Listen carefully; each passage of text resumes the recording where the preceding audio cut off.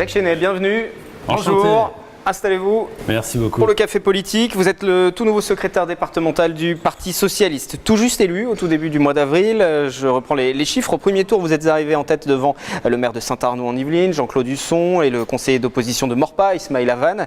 Vous aviez déjà 47,5% des voix. Votre opposant a donc choisi de se retirer. Au deuxième tour, unique candidat, vous avez été élu. Cette élection et ce résultat, vous vous y attendiez ? Écoutez, je m'attendais à peu près à obtenir ce pourcentage, peut-être même un peu plus, puisqu'on a loupé la majorité absolue à 6 voix. Mais bon, on peut toujours revenir sur ce qui s'est passé. Mais l'intérêt, c'est de savoir que grâce à cette élection, la Fédération des Yvelines du Parti Socialiste, qui est certes affaiblie, j'imagine qu'on va en parler, se réunit. J'ai autour de moi proposé à notre Conseil fédéral 4 adjoints jeunes qui représentent les 4 textes d'orientation que nous avions, que nous devions choisir. Donc vous voulez fédérer et réunir toutes les sensibilités, c'est ça ? Écoutez, je pense que pendant de très longues années, le Parti Socialiste était un parti de synthèse, où on trouvait le plus grand dénominateur commun de façon à travailler ensemble, et travailler justement. Et puis il s'est passé un événement, il y a maintenant quelques années, puisque c'était en 2005, où malheureusement on est devenu un parti où on a fait un référendum interne. Vous vous rappelez, c'était sur l'Europe, soi-disant la Constitution européenne. Je vais vous dire très clairement, j'étais pour le non. Mais ça a divisé le parti profondément. Et depuis cette époque-là, au lieu de travailler à la synthèse et à convaincre nos concitoyens des solutions que nous leur proposions, enfin qu'elles étaient bonnes pour notre pays, on s'est plutôt déchiré. On en paye le prix aujourd'hui. Mais l'idée, c'est de retourner, et c'est même l'objectif même du texte d'orientation pour lequel que j'ai choisi. C'est même son objectif, c'est de retravailler à refaire cette synthèse entre nous. Vous reprenez une fédération qui ne va pas forcément très bien, à peu près 300 adhérents qui sont à jour de cotisation. Sur le département des Yvelines. 300 qui soient à jour de cotisation, en tous les cas ce sont à peu près 300 en effet qui sont venus voter. Qui sont venus voter. Je ne suis pas sûr qu'à chaque fois ce soit toujours les mêmes d'ailleurs, parce qu'on n'est pas toujours présent. J'ai des camarades très proches de moi qui n'étaient même pas là pour voter pour moi par exemple, vous voyez, parce qu'on a tous des obligations à un moment donné. L'activité militante, ce n'est pas une activité professionnelle. Vous reprenez en tout cas une fédération qui va plutôt mal. Vous prenez la succession de Sandrine Grand-Gambe qui a été écartée et qui maintenant a rejoint le mouvement de Benoît Hamon, Génération.S.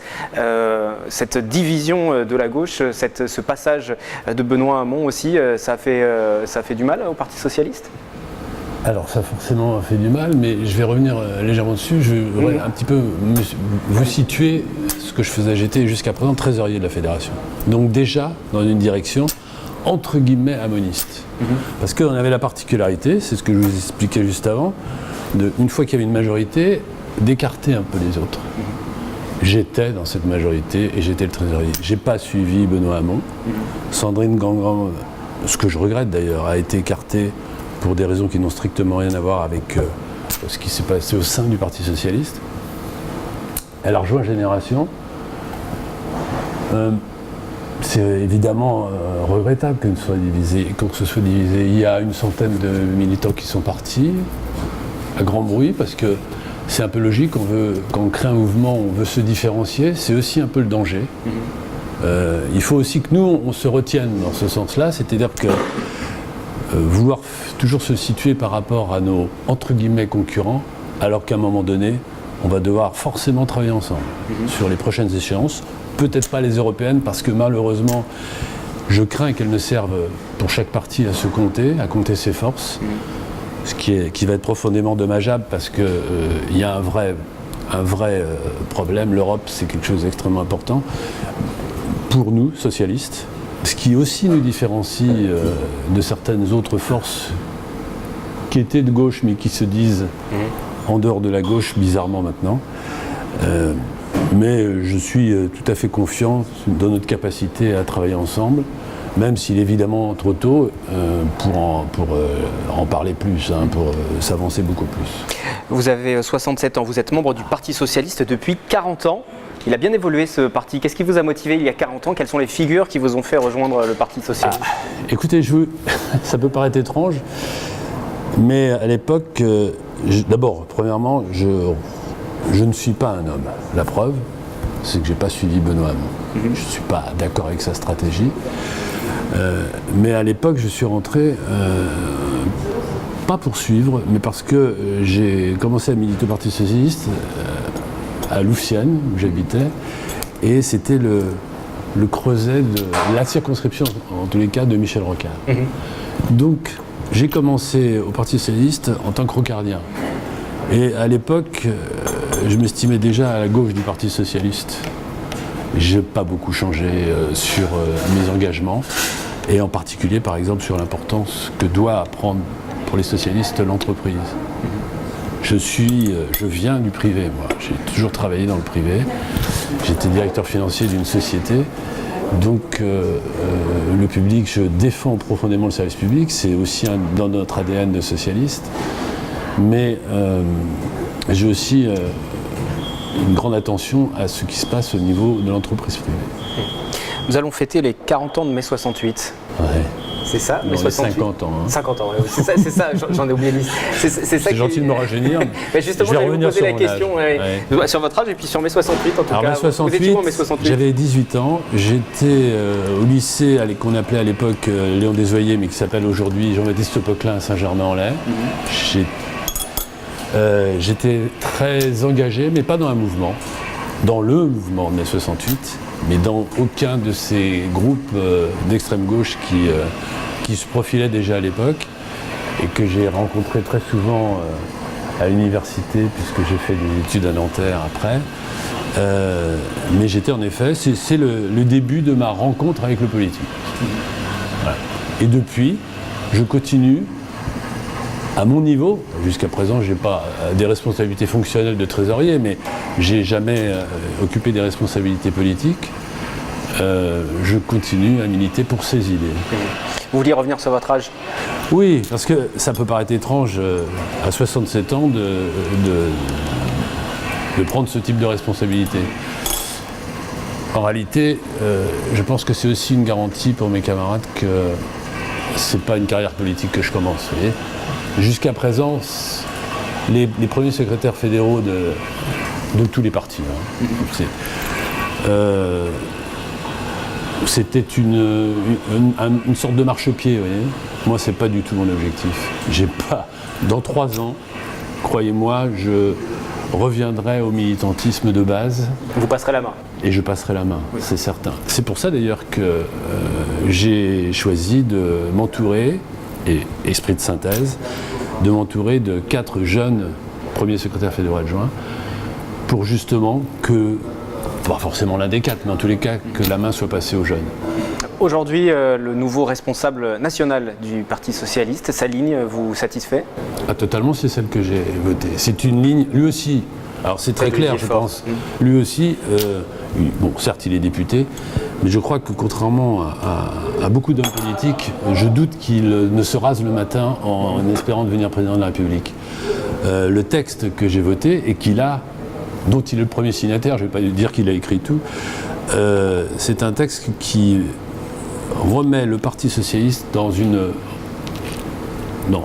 la réflexion. D'abord la réflexion. C'est reconstruire un parti, c'est d'abord le remettre au travail sur ses propres idées. Et c'est ça que nous allons faire, et auquel nous allons participer dans les Yvelines. Avant d'arriver sur la fin de l'émission et de vous poser le traditionnel questionnaire, je voudrais juste savoir si aujourd'hui, comme socialiste, vous avez encore confiance en l'avenir du Parti socialiste. On dit le Parti socialiste mort aujourd'hui. Oui, enfin, certains aimeraient bien en tous les cas, et certains s'y emploient. Je ne vais pas vous faire la liste de ceux qui cherchent, et évidemment d'ailleurs, à prendre la place qu'a occupé le Parti socialiste. On a bien à œuvrer, je veux dire tous, je ne veux pas dire que c'est un camarade particulièrement, mais on a tous œuvré dans ce sens-là, parce qu'on a laissé faire, de toute façon, ou on a même participé.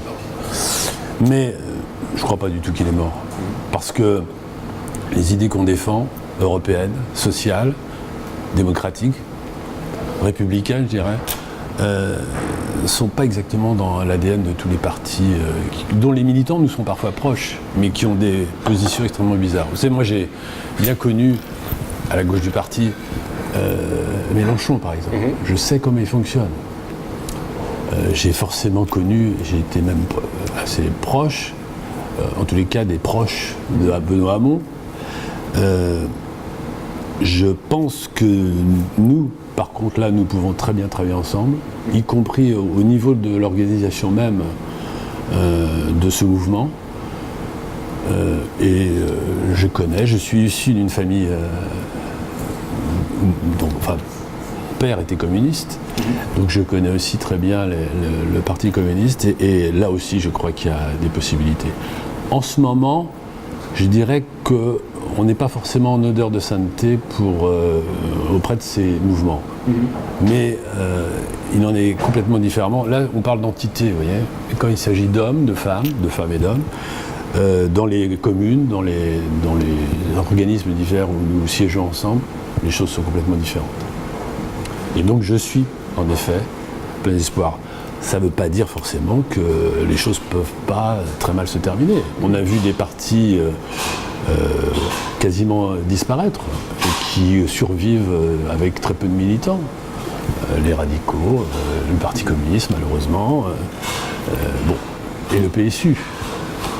Deux questions rapides pour terminer. Votre livre de chevet? Alors ça va peut-être vous surprendre, mais en ce moment je suis en train de lire un livre, en dehors de quelques romans policiers, parce que je lis plusieurs livres à la fois. Je suis en train de lire le livre de Jean-Louis Debré qui s'appelle « Ce que je ne pouvais pas dire ». Je ne sais pas si vous l'avez regardé, qui est très intéressant sur d'abord sa liberté de ton, ancien président du Conseil constitutionnel, il écrit pendant cette période-là, et c'est son journal, et on découvre en fait les dessous des relations de ces politiques, alors, je veux dire, au niveau de l'État, hein, bien sûr. Et le dernier film que vous ayez vu? Alors c'est Pentagon Papers, très très bon film sur les dessous aussi là, mais de la politique américaine. Merci beaucoup Jacques Chenet d'avoir participé à ce Café Politique. Merci encore.